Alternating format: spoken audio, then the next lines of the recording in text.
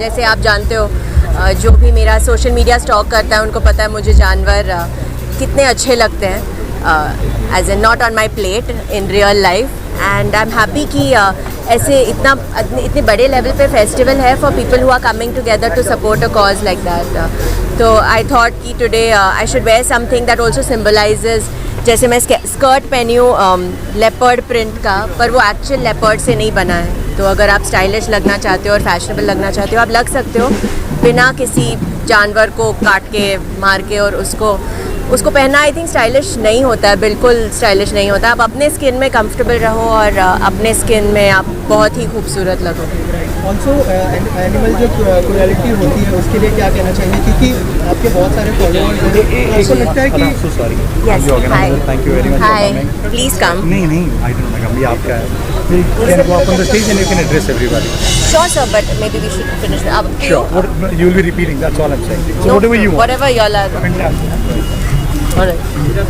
जी, cruelty का वही है ना, बहुत लेवल्स पे होता है. अगर आप खा रहे हो जानवरों को, या आप मार के बैग बना रहे हो, या आप जूते पहन रहे हो क्रोकोडाइल स्किन का या लेदर का भी. आई थिंक इतने सारे ऑल्टरनेटिव्स हैं जो अपने प्लैनेट को सेव कर सकता है एंड फ्यूचर जनरेशंस भी जी सकते हैं. नहीं तो आप सब मच्छी को खाएंगे, फ़िश में तो कोई रहेगा ही नहीं फिश में.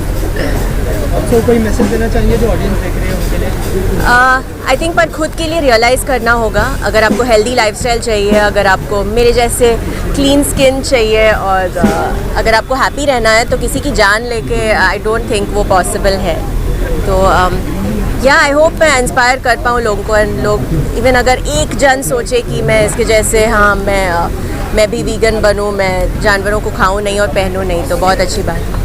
तो इन दिनों आप बहुत मीनिंगफुल सिनेमा कर रहे हैं, तो क्या अपकमिंग प्रोजेक्ट्स है, अगर उस बारे में थोड़ा सा बताएं. केरला स्टोरी आया जी, हॉटस्टार पे आपकी सीरीज भी बहुत जी. As an actor I think मुझे हर तरह की फिल्में करनी है. तो I want to do realistic films also और फिक्शनल कंटेंट भी.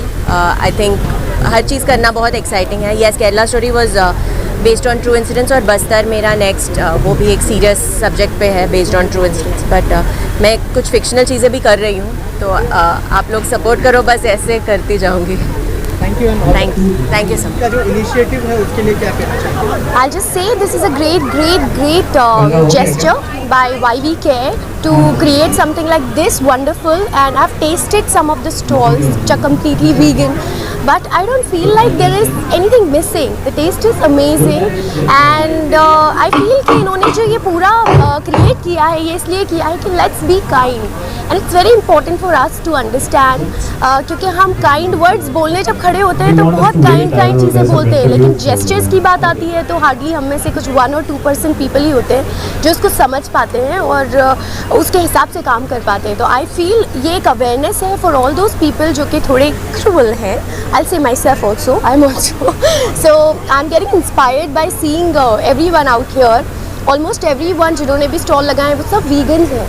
और क्योंकि मैं बहुत क्यूरियस थी टेस्ट करने के लिए कि जैसे उन्होंने chicken, mutton and everything they have created, it tastes amazing. So I don't know if tomorrow I turn vegan, all because of you guys. Thank you so much for having me here, and I would like to ask you, and what all are your motives, like to turn the entire world vegan? नहीं, actually motive हमारा दुनिया को बदलना नहीं है. हमारा motive ये है कि जो मासूम पशुओं के साथ जो क्रूरता हो रही है वो बंद हो जाए, दुनिया अच्छा बन जाए. उस प्रोसेस में तो बुराई क्या है?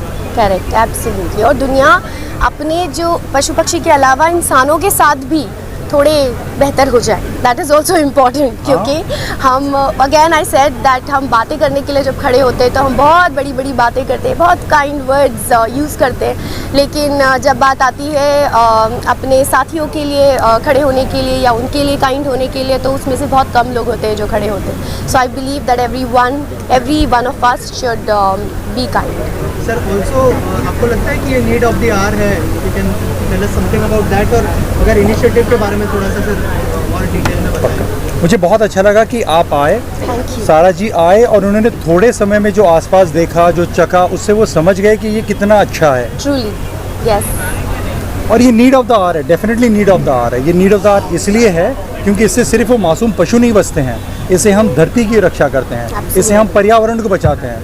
बहुत सारे साइंटिस्ट का ऐसा कहना है कि कुछ ही सालों में 2024 में शायद 2040 में शायद समुंदर खाली हो जाएगा, मच्छियाँ बचेगी नहीं। तो ऐसे ऐसे प्रेडिक्शन है। हमारा जो भी ये एनिमल एग्रीकल्चर है, यहाँ पे हम इतने, जैसे फॉर एग्जांपल अगर मैं नॉनवेज खाता हूँ तो मैं एक ऐसे जानवर को खाता हूँ जिसने ऑलरेडी 10-50 आदमियों का खाना खाया है। बकरी को हम 1 साल बड़ा करते हैं, फिर 10 ही आदमी खाते हैं। तो उतना हमारे पास संसाधन नहीं है, धरती ये बोझ ले नहीं पाएगी। इंसान की आबादी बढ़े जा रही है और हम सबको अपने लग्जरी, अपने टेस्ट में बस खाए जाना है। सो हम अपने हाथ से धरती खा रहे हैं। सो ये हम सबकी ज़रूरत है। धरती बचेगी नहीं अपने बच्चों के लिए। So thank you very much कि आप आए।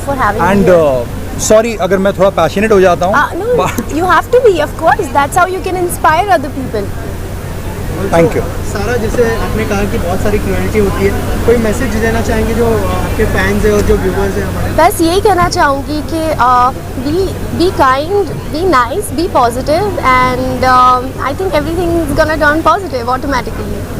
Thank you. Thank you so much. Thank you for your opening. Thank you. Thank you.